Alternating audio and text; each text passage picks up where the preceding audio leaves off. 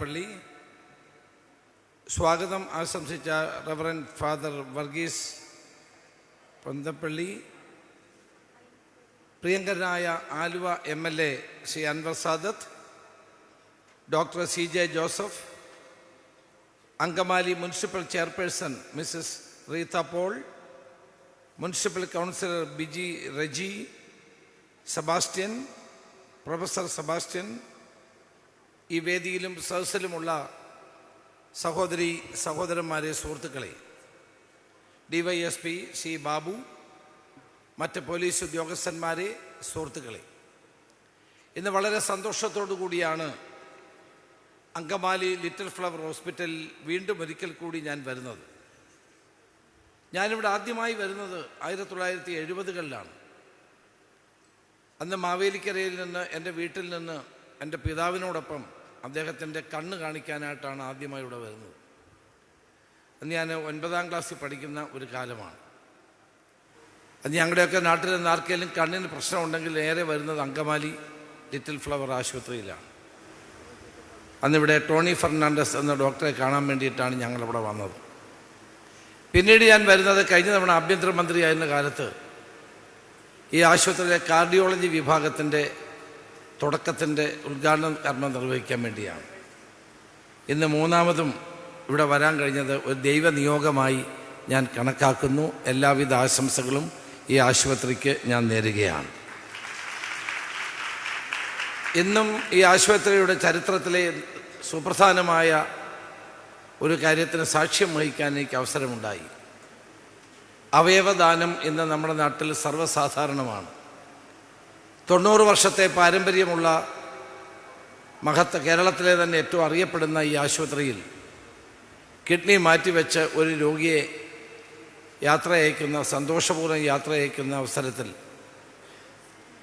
ആ ചെറുപ്പക്കാരനോടൊപ്പം ആ ഡോക്ടർമാരോടൊപ്പം, നഴ്സുമാരോടൊപ്പം ഏതാനും നിമിഷങ്ങൾ ചെലവിടാൻ കഴിഞ്ഞത് തീർച്ചയായിട്ടും സന്തോഷവും ആഹ്ലാദവും എനിക്കും മാത്രമല്ല ഈ ആശുപത്രിയിലെ മുഴുവൻ ആളുകൾക്കും ഉള്ളതാണ് എന്ന് ഞാൻ വിശ്വസിക്കുന്നു. അതിൽ പങ്കാളിയാകാൻ കഴിഞ്ഞതിൽ ഞാൻ എൻ്റെ സന്തോഷം രേഖപ്പെടുത്തുന്നു.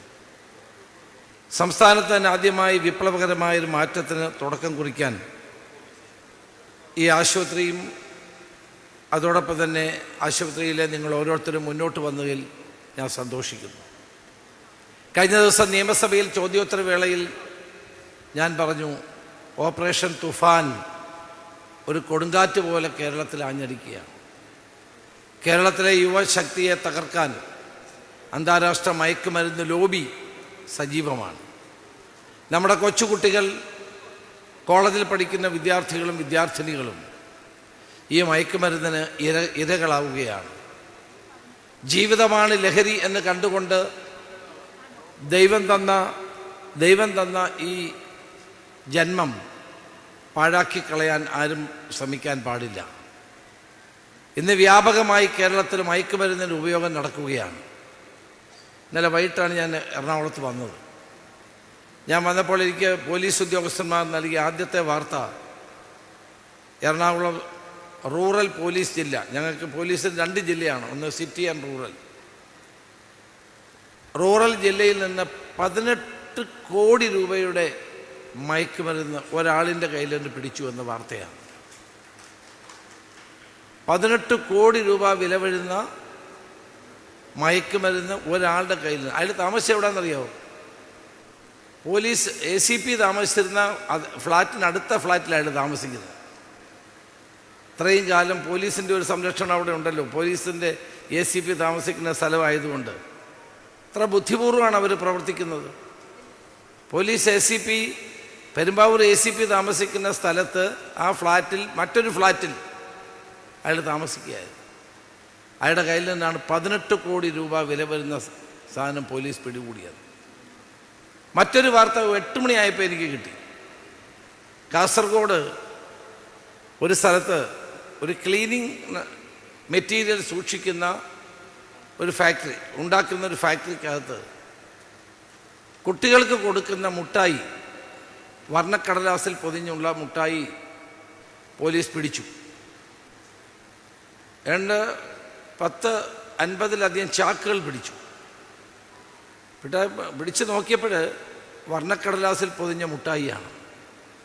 പക്ഷെ അത് മുട്ടായി അല്ല, ഈ മയക്കുമരുന്ന് ഉണ്ടാക്കി അത് മുട്ടായിയുടെ രൂപത്തിലാക്കി വർണ്ണക്കടലാസിൽ പൊതിഞ്ഞ് കുട്ടികൾക്ക് വിതരണം ചെയ്യാനുള്ള കർണാടകത്തിൽ നിന്ന് കൊണ്ടുവന്ന ഇൻഗ്രീഡിയൻസാണ് ഇതിനുപയോഗിക്കുന്നത്. പോലീസ് ശക്തമായി പിടിച്ചു. വിദ്യാർത്ഥികൾക്കോ അല്ല രക്ഷകർത്താക്കൾക്കോ മാതാപിതാക്കൾക്കോ അറിയില്ല കുട്ടി മുട്ടായി തന്നെയാണ്. പക്ഷെ മുട്ടായി അല്ല തിന്നുന്നത് ഈ ലഹരി പദാർത്ഥമാണ്. അറിയില്ല, കുട്ടികൾക്കും അറിയില്ല. ഓരോ കുട്ടികൾ കൊണ്ട് കൊടുക്കും, ആ ലഹരി ഇങ്ങനെ മയങ്ങിയിരിക്കും കുട്ടികളുടെ ക്ലാസ്സിൽ. അത് കണ്ടിട്ടാണ് ഇത് എവിടെ നിന്നാണെന്ന് കണ്ടുപിടിച്ച് ചെന്നപ്പോഴാണ് ഇവിടെ 100 കണക്കിന് ചാക്കുകൾ ഈ മയക്കുമരുന്ന് വെച്ച് മുട്ടായി ഉണ്ടാക്കി കുട്ടികൾക്ക് കൊടുക്കാൻ വേണ്ടി തയ്യാറാക്കിക്കൊണ്ടിരിക്കുന്ന ഫാക്ടറി ഇന്നലെ പോലീസ് കണ്ടെത്തി. ആ മുഴുവൻ പേരെ അറസ്റ്റ് ചെയ്ത് ജയിലിലാക്കി. ഞാൻ ഈ 2 ഉദാഹരണം പറഞ്ഞത് 2 അല്ല, എല്ലാ ദിവസവും കഴിഞ്ഞ ഒരു മാസമായി ഏകദേശം 1 മാസം ഓപ്പറേഷൻ തുഫാൻ നടത്തുകയാണ്. അതിനിടയിൽ തന്നെ 3000-ലധികം ആളുകളെ അറസ്റ്റ് ചെയ്തു, ധാരാളം കേസുകൾ രജിസ്റ്റർ ചെയ്തു. മൊത്തം ഏതാണ്ട് 10 ഇന്നലത്തെ കൂടെ കൂട്ടിക്കഴിഞ്ഞാൽ 10-40 കോടി രൂപയുടെ സാധനം ഇതിനകം പിടിച്ചെടുത്തു. നിങ്ങൾ ആലോചിക്കണം, ഇതെല്ലാം നമ്മുടെ നാട്ടിൽ ഉപയോഗിക്കുന്ന വസ്തുക്കളാണ്. ഈ ഉപയോഗിക്കുന്ന വസ്തുക്കൾ ആരെ ലക്ഷ്യം വെച്ചാണെന്നുള്ളതാണ് ഏറ്റവും പ്രധാനം. ക്യാച്ച് ദം യങ്, ചെറിയ പ്രായത്തിൽ കുട്ടികളെ മയക്കുമരുന്നിന് അടിമകളാക്കുന്നു. ഇതിൽ നിന്ന് കേരളത്തെ മോചിപ്പിക്കണ്ടേ? വാസ്തവത്തിൽ ഈ പദ്ധതി ഞാൻ ആരംഭിച്ചപ്പോൾ എന്നെ ഏറ്റവും കൂടുതൽ എനിക്ക് ഫോൺ കോളുകളും കത്തുകളും വരുന്നത് നമ്മുടെ അമ്മമാരുടെ കയ്യിൽ നിന്നാണ്. അമ്മമാരാണ് വീടുകളിൽ ഈ പ്രയാസം അനുഭവിക്കുന്നത്. മക്കളെ സ്കൂളിൽ വിടുന്നു, കോളേജിൽ വിടുന്നു, തിരിച്ചു വരുന്ന കാത്തിരിക്കുമ്പോൾ ഇവർ ഈ മയക്കുമരുന്നിൻ്റെ അടിമകളായി മാറുന്ന ഏറ്റവും ദുസ്സഹമായ അവസ്ഥ കേരളത്തിൽ ഇന്ന് വ്യാപകമാണ്. പോലീസിൻ്റെ ഇൻ്റലിജൻസിൻ്റെ ഇൻഫർമേഷൻ്റെ അടിസ്ഥാനത്തിലാണ് ഞങ്ങൾ ഈ പദ്ധതി തുടങ്ങാൻ ആരംഭിച്ചത്. ഈ പദ്ധതിക്ക് 3 ഘടകങ്ങളാണുള്ളത്. ഒന്ന്, തുഫാൻ സ്ട്രൈക്ക്. പോലീസ് അതിശക്തമായി ഇത്തരം മയക്കുമരുന്ന് വിൽക്കുകയും ഉപയോഗിക്കുകയും ചെയ്യുന്നവരെ അറസ്റ്റ് ചെയ്ത് നിയമത്തിന് മുമ്പിൽ കൊണ്ടുവരും. അതാരായാലും അറസ്റ്റ് ചെയ്യും, അതിനകത്തൊന്നും യാതൊരു വ്യത്യാസവുമില്ല. അതിനകത്ത് ഒരാളുടെയും റെക്കമെൻഡേഷൻ അനുവദിക്കുന്ന പ്രശ്നമില്ല. ഒരു പോലീസ് ഉദ്യോഗസ്ഥനും ഇതിനകത്ത് ആരെയെങ്കിലും സഹായിക്കാനോ മറ്റിടപെടൽ നടത്തുകയും ചെയ്താൽ അവരുടെ പേരിൽ നടപടി ഉണ്ടാകും. പോലീസ് ശക്തമായി ഞാൻ ആ പോലീസിന് സത്യത്തിൽ അഭിനന്ദിക്കുകയാണ്. കേരളത്തിൽ ലക്ഷ്യബോധത്തോടുകൂടി പ്രവർത്തിക്കുന്ന തരത്തിലേക്ക് ഇന്ന് ഓപ്പറേഷൻ തുഫാൻ്റെ കാര്യത്തിൽ കേരള പോലീസ് പ്രവർത്തിക്കുന്നുണ്ട് എന്ന് അഭിമാനപൂർവ്വം പറയാൻ കൂടി അവസരം ഞാൻ വിനിയോഗിക്കുകയാണ്. രണ്ടാമത്തേതാണ് ഇന്ന് ഞാനിവിടെ ഉദ്ഘാടനം ചെയ്യുന്ന, ഇന്ന് അങ്കമാലി ലിറ്റിൽ ഫ്ലവർ ആശുപത്രിയിൽ വെച്ച് സംസ്ഥാന തലത്തിൽ ഉദ്ഘാടനം ചെയ്യുന്ന ഓപ്പറേഷൻ തുഫാൻ്റെ തുഫാൻ കെയർ. തുഫാൻ കെയറും തുഫാൻ വാരിയറും. തുഫാൻ വാരിയർ എന്ന് വെച്ചാൽ നമ്മളൊക്കെ തുഫാൻ വാരിയേഴ്സാണ്.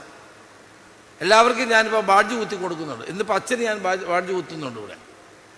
നിങ്ങൾക്ക് ബാഡ്ജ് ഇവിടെ തരും. എല്ലാവരെയും എനിക്ക് കുത്താൻ പറ്റത്തില്ല. ഇപ്പോൾ അതിന് പ്രതീകമായി വലക്കപ്പള്ളി അച്ഛനെ ഞാനിന്ന് തുഫാൻ വാരിയറാക്കുകയാണ്. ആദ്യത്തെ തുഫാൻ വാരിയർ പ്രശസ്ത സിനിമാ താരം മോഹൻലാലാണ്. അദ്ദേഹം എൻ്റെ തുഫാൻ വാരിയറായി മാറിയിരിക്കുകയാണ്. അതുപോലെ കേരളത്തിൽ എല്ലാവരും സ്റ്റുഡൻറ്റ് പോലീസ് കേഡറ്റുകൾ, NCC, അതോടൊപ്പം തന്നെ വിദ്യാർത്ഥി സമൂഹം എല്ലാവരും തുഫാൻ വാരിയേഴ്സാണ്. തുഫാൻ വാരിയേഴ്സിൻ്റെ ഉദ്ദേശം, അവരുടെ ജോലി എന്താണ്? തുഫാൻ വാരിയേഴ്സ് മയക്കുമരുന്ന് ഉപയോഗിക്കുന്നതിൻ്റെ ബുദ്ധിമുട്ടുകളും പ്രയാസങ്ങളും ജനങ്ങളെ ബോധ്യപ്പെടുത്തുക, അവബോധം ഉണ്ടാക്കുക, ജനങ്ങളെ ഇത് വഴിതെറ്റിപ്പോകാതിരിക്കാൻ പ്രേരിപ്പിക്കുക. അതോടൊപ്പം തന്നെ എവിടെയെങ്കിലും ഇത്തരം കാര്യങ്ങൾ നടക്കുന്നുണ്ടെങ്കിൽ പോലീസിനെ രഹസ്യമായി അറിയിക്കുക. നിങ്ങൾ ആരെങ്കിലും അറിയിച്ചാൽ ഒരിക്കലും നിങ്ങളുടെ പേര് വെളിപ്പെടുത്തത്തില്ല. അതാണ് തുഫാൻ വാരിയേഴ്സ്. മൂന്നാമത്തേതാണ് തുഫാൻ കെയർ. അതാണ് ഇവിടെ ആരംഭിക്കുന്നത്. തുഫാൻ കെയർ എന്ന് പറഞ്ഞാൽ ഈ മയക്കുമരുന്നിന് അടിമകളായി മാറിയ ആളുകളെ ചികിത്സിക്കുക, അവരെ റീഹാബിലിറ്റേറ്റ് ചെയ്യുക. ഇത് 3 പദ്ധതിയാണ് ഞങ്ങൾ ആരംഭിക്കുന്നത്. അപ്പോൾ ഈ 3 പദ്ധതിയിൽ മൂന്നാമത്തെ പദ്ധതിയാണ് തുഫാൻ കെയർ. 1936 ഒരു ചെറിയ ഗ്രാമീണ ആശുപത്രിയായി ഈ അങ്കമാലിയിൽ ആരംഭിച്ച ഈ ലിറ്റിൽ ഫ്ലവർ ആശുപത്രി 90 വർഷം പിന്നിടുകയാണ്. മെഡിക്കൽ റിസർച്ച് ഇൻസ്റ്റിറ്റ്യൂട്ട് എന്ന നിലയിൽ ഇന്ന് ആതുര സേവന രംഗത്ത് വൻ പ്രസിദ്ധി നേടിയിട്ടുള്ള ഒരു പ്രസ്ഥാനമാണിത്. അപ്പോൾ സമൂഹത്തെ കാർന്നു തിന്നുന്ന ഈ ലഹരി എന്ന മഹാവിപത്തിനെതിരായി അങ്കമാലി ലിറ്റിൽ ഫ്ലവർ ആശുപത്രി തുഫാൻ കെയറിന് ആദ്യമായി വന്ന ആശുപത്രിയാണ്. ഈ ആശുപത്രിയെ മുക്തകണ്ഠം അഭിനന്ദിക്കാൻ ഈ അവസരം ഞാൻ വിനിയോഗിക്കുന്നു. ഇതിന് നേതൃത്വം കൊടുക്കുന്ന പരക്കപ്പള്ളി അച്ഛനും മറ്റ് വൈദിക ശ്രേഷ്ഠന്മാരെയും കന്യാസ്ത്രീ അമ്മമാരെയും അത് നഴ്സിംഗ് സ്റ്റുഡൻസിനെയും മറ്റ് ജീവനക്കാരെയും എല്ലാവരെയും ഡോക്ടേഴ്സിനെയും ഒക്കെ ഞാൻ അഭിനന്ദിക്കുന്നു. ധാരാളം ആളുകൾ ഇപ്പോൾ ഇതിന് മയക്കുമരുന്നിന് അടിമകളാണ്. അവരെ ചികിത്സിപ്പിക്കണം, അവരെ ബോധവൽക്കരിക്കണം, അവരെ ജീവിതത്തിലേക്ക് തിരികെ കൊണ്ടുവരണം. എന്നോട് താഴത്ത് പിതാവ് എന്നോട് പറഞ്ഞു, ഞങ്ങൾക്ക് 10-12 തൃശ്ശൂർ അതിരൂപതയിൽ 10-12 ഡി അഡിക്ഷൻ സെൻ്ററുകളുണ്ട്, അത് നിങ്ങൾ ഉപയോഗിക്കാൻ പറഞ്ഞു. എന്നോട് മർത്തോമാ സഭയുടെ നേതൃത്വത്തിൽ 9 ഡി അഡിക്ഷൻ സെൻ്ററുകളുണ്ട്, അത് ഉപയോഗിക്കാൻ പറഞ്ഞു. അങ്ങനെ ഞങ്ങൾ കേരളം ഒട്ടാകെ ഡി അഡിക്ഷൻ സെൻ്ററുകൾ, ലിറ്റിൽ ഫ്ലവർ ആശുപത്രി പോലെയുള്ള ആശുപത്രികൾ ഒക്കെ ആയിട്ട് കോർഡിനേറ്റ് ചെയ്യാൻ പോലീസിലൊരു സംവിധാനം ഉണ്ടാക്കിക്കൊണ്ടിരിക്കുകയാണ്. ഇതുമായി ബന്ധപ്പെട്ട് ഇതൊരു രോഗമായി, കുറച്ച് കഴിഞ്ഞാൽ അത് രോഗമായി മാറും. ആദ്യം ഒരു ആസക്തിയോടുകൂടി അല്ലെങ്കിൽ ലഹരിക്ക് വേണ്ടി ഇത് ഉപയോഗിച്ച് കഴിഞ്ഞാൽ പിന്നീടത് ഒരു രോഗമായി മാറും. ആ രോഗത്തിൽ നിന്ന് ആളുകളെ മോചിപ്പിക്കണമെങ്കിൽ ട്രീറ്റ്മെൻറ്റ് ആവശ്യമാണ്. ആ ട്രീറ്റ്മെൻറ്റിന് നമുക്ക് ഒരുമിച്ച് പ്രവർത്തിക്കണം. നമ്മുടെ കുട്ടികളെ ആ വിപത്തിൽ നിന്ന് രക്ഷിക്കാൻ നമ്മുടെ സമൂഹം ഒറ്റക്കെട്ടായി മുന്നോട്ട് വരേണ്ട ഒരു സമയമാണ്. അപ്പോൾ ഓപ്പറേഷൻ തുഫാൻ ദി നർക്കോ ഹണ്ടിൻ്റെ 2ാമത്തെ ഘട്ടത്തിലേക്ക് ഇന്ന് നമ്മൾ കടക്കുകയാണ്. അത് പോലീസിൻ്റെ നടപടി ഒരു ഭാഗത്ത് നടക്കട്ടെ, അതിൽ നിന്ന് കിട്ടുന്ന ആളുകൾ, അറസ്റ്റ് ചെയ്യുന്ന പലരെയും ചികിത്സിപ്പിക്കേണ്ടതായിട്ടുണ്ട്. കാരണം അവരിത് ഉപയോഗിക്കുകയാണ്. അപ്പോൾ തുഫാൻ കെയറിലേക്ക് നമ്മൾ മാറിക്കൊണ്ടിരിക്കുകയാണ്. അപ്പോൾ തുഫാൻ കെയർ വിജയിക്കണമെങ്കിൽ ആശുപത്രികളുടെ സഹകരണം വേണം. പല പ്രൈവറ്റ് ആശുപത്രികളുടെയും പല സഭകളുടെയും സഹായം തേടി ഞങ്ങൾ മുന്നോട്ട് പോവുകയാണ്. ഇപ്പം നമുക്കറിയാം, തുഫാൻ കെയർ പ്ലസ് പദ്ധതിയുടെ ഭാഗമായി ഇനി പറയുന്ന കാര്യങ്ങൾ ഗ്രൗണ്ട് തലം മുതൽ കൃത്യമായി നിർവഹിക്കേണ്ടതായിട്ടുണ്ട്. 1, MDMA പോലെയുള്ള മാരകമായ സിന്തറ്റിക് ലഹരി മരുന്നുകൾക്ക് അടിമപ്പെടുന്നവർക്കായി പ്രത്യേക മെഡിക്കൽ ഡി അഡിക്ഷൻ ഐസൊലേഷൻ വാർഡുകൾ സ്ഥാപിച്ച് ശാസ്ത്രീയമായ ചികിത്സ ഉറപ്പാക്കണം. 2, കേരള പോലീസ് തങ്ങളുടെ ഡിജിറ്റൽ പ്ലാറ്റ്ഫോമിൽ ഒരുക്കുന്ന ഓൺലൈൻ ടോക്ക് റൂം ഈ ആശുപത്രിയിലെ ക്ലിനിക്കൽ സൈക്കോളജിസ്റ്റുകളെയും സൈക്യാട്രിസ്റ്റുകളെയും വിന്യസിപ്പിക്കും. ഞങ്ങളൊരു പോലീസ് ഒരു ഡിജിറ്റൽ പ്ലാറ്റ്ഫോം ഒരുക്കുന്നുണ്ട്, ഓൺലൈൻ ടോക്ക് റൂം. അപ്പോൾ അതിൽ ഇവിടുത്തെ ഡോക്ടറെ പോലുള്ള, അദ്ദേഹത്തിൻ്റെ പേരെന്താ, ജോസഫിനെ പോലെയുള്ള ഡോക്ടർ CJ ജോസഫിനെ പോലെയുള്ള പ്രഗത്ഭമതികളായ ഡോക്ടർമാരെ ഞങ്ങൾക്ക് കൂടി അവരുടെ സഹായം ലഭ്യമാക്കി തരണം. കാരണം ഈ ടോക്ക് റൂമുകളിൽ നമുക്ക് കേരളം മുഴുവനുള്ള ആളുകളുമായിട്ട് സംവദിക്കാനും സംസാരിക്കാനുള്ള അവസരം ഉണ്ടാക്കണം. 3, ലഹരി മരുന്നിൻ്റെ അമിതമായ ഉപയോഗം മൂലം ഉണ്ടാകുന്ന അടിയന്തര സാഹചര്യങ്ങൾ കൈകാര്യം ചെയ്യാൻ ട്രോമ കെയർ വിഭാഗത്തിലൊരു പ്രത്യേക ഫാസ്റ്റ് ട്രാക്ക് പ്രോട്ടോക്കോൾ രൂപീകരിക്കും. അതാണ് ഓരോ ആശുപത്രിയോടും നമ്മൾ ആവശ്യപ്പെടുന്നത്. ഞാനിവിടെ ആദ്യമായി ഇവിടെ വെച്ച് പറയുകയാണ്. ലഹരി മരുന്നിൻ്റെ അമിതമായ ഉപയോഗം മൂലം ഉണ്ടാകുന്ന അടിയന്തര സാഹചര്യങ്ങൾ കൈകാര്യം ചെയ്യാൻ ട്രോമ കെയർ വിഭാഗത്തിൽ പ്രത്യേക ഫാസ്റ്റ് ട്രാക്ക് പ്രോട്ടോക്കോൾ രൂപീകരിക്കണം. 4, കുട്ടികളുടെ ലഹരി ഉപയോഗത്തിൻ്റെ പ്രാരംഭ ലക്ഷണങ്ങൾ തിരിച്ചറിയാൻ സഹായിക്കുന്ന ഒരു medical check list digital platform വഴി മാതാപിതാക്കൾക്കായി ലഭ്യമാക്കുക എന്ന ഉത്തരവാദിത്വം കൂടി ഏറ്റെടുക്കണം. ഈ 4 കാര്യമാണ് ഞങ്ങൾ ഈ ആശുപത്രിയിൽ നിന്നും കേരളത്തിലെ വിവിധ ആശുപത്രികളിൽ നിന്നും ഞങ്ങൾ പ്രതീക്ഷിക്കുന്നത്. അപ്പോൾ CJ ജോസഫിനെ പോലെയുള്ള പ്രഗത്ഭമതികളായ ഡോക്ടർമാർ ഇതിന് ഞങ്ങളെ സഹായിക്കണം എന്ന് ഞാൻ അഭ്യർത്ഥിക്കുന്നു. എന്നാൽ മാത്രമേ കേരളത്തിലെ ജനങ്ങളെ ഇത് പിടിച്ചതുകൊണ്ട് മാത്രമായില്ലല്ലോ. പോലീസ് അവരുടെ ഡ്യൂട്ടി ചെയ്യും, ഇത് പിടിക്കും, അവരെ ജയിലിലാക്കും, അവരെ കോടതി കൊണ്ടുപോകും, കോടതി നടപടി ഉണ്ടാകും, ഈ പിടിച്ച സാധനങ്ങൾ നശിപ്പിക്കും, ഇതൊക്കെ പോലീസ് ചെയ്യും. പക്ഷെ അടുത്ത സ്റ്റേജാണ് ഏറ്റവും പ്രധാനം, കെയർ, തുഫാൻ കെയർ. അതിന് ആശുപത്രികളുടെ സഹായം വേണം. അതിന് തയ്യാറായി മുന്നോട്ട് വന്ന ലിറ്റിൽ ഫ്ലവർ ആശുപത്രിയെയും ബഹുമാന്യായ പാലക്കാപ്പള്ളി അച്ഛനെയും മറ്റ് ബന്ധപ്പെട്ട എല്ലാവരോടും ഞാൻ കേരളത്തിൻ്റെ ആഭ്യന്തര വകുപ്പിന് വേണ്ടി, കേരള സർക്കാരിന് വേണ്ടി പ്രത്യേകം നന്ദി രേഖപ്പെടുത്താൻ ഈ അവസരം വിനിയോഗിക്കുകയാണ്. നിങ്ങളുടെ എല്ലാവരുടെയും സഹായം ഉണ്ടാകണം. ഞാൻ ദീർഘമായി സംസാരിക്കുന്നില്ല. ഇന്ന് ഇതൊരു ദൗത്യമാണ്, ഇതൊരു മഹാദൗത്യമാണ്. കേരളത്തിലെ ചെറുപ്പക്കാരെ രക്ഷിക്കാനുള്ള ഒരു മഹാദൗത്യം. ആ ദൗത്യം നിങ്ങൾ ഓരോരുത്തരും ഏറ്റെടുക്കണമെന്ന് മാത്രം ഞാൻ അഭ്യർത്ഥിക്കുന്നു. ലിറ്റിൽ ഫ്ലവർ ആശുപത്രിയിലെ എല്ലാ ജീവനക്കാരെയും ഞാൻ തുഫാൻ വാരിയേഴ്സായി ഇവിടെ ഔദ്യോഗികമായി പ്രഖ്യാപിക്കുന്നതായി അറിയിക്കുന്നു. എല്ലാവരുടെയും പിന്തുണ. അച്ഛന് ഞാനിപ്പോൾ ഈ തുഫാൻ വാരിയർ ബാഡ്ജ് ഞാനിപ്പോൾ അച്ഛന് ഞാൻ രോഗപ്രവേശനം കഴിഞ്ഞു.